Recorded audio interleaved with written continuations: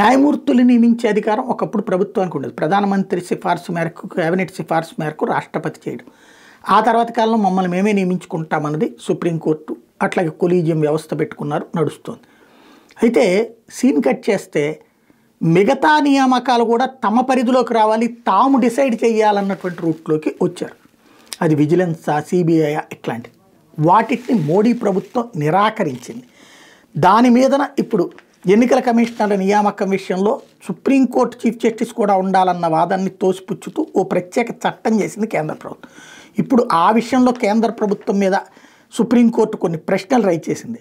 2023లో తీసుకొచ్చినటువంటి కొత్త చట్టం ప్రకారం చేపట్టిన ప్రధాన ఎన్నికల కమిషనర్, ఇతర ఎలక్షన్ కమిషనర్ నియామకాలను సవాల్ చేసి దాఖలైన పిటిషన్ల మీద కీలకమైనటువంటి ప్రశ్నలు లేవనెత్తినాయని సుప్రీంకోర్టు అభిప్రాయపడింది. శాసన నిర్మాణంలో న్యాయస్థానం అభిప్రాయం, చట్టసభల అధికారం మధ్య దేనికి ప్రాధాన్యం ఇవ్వాలి, ఎవరు సుప్రీం అనే అంశాన్ని ముందుకు తీసుకొచ్చాయని చెప్పింది.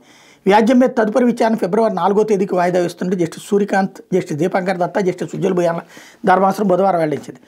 పార్లమెంట్ చట్టం చేసే వరకు సిఈసి ఎన్నికల కమిషనర్లు ఎంపిక చేసే కమిటీలో ప్రధానమంత్రి, లోక్సభ విపక్ష నేత, భారత ప్రధాన న్యాయమూర్తి సభ్యులుగా ఉండాలని 2023 మార్చి 2న వెలువరించిన తీర్పులో సుప్రీంకోర్టు ఆర్డర్ వేసింది. అయితే కేంద్ర ప్రభుత్వం తీసుకొచ్చిన 2023 చట్టంలో సిఈసి, ఈసీల ఎంపిక కమిటీలో భారత ప్రధాన న్యాయమూర్తిని చేర్చలేదు.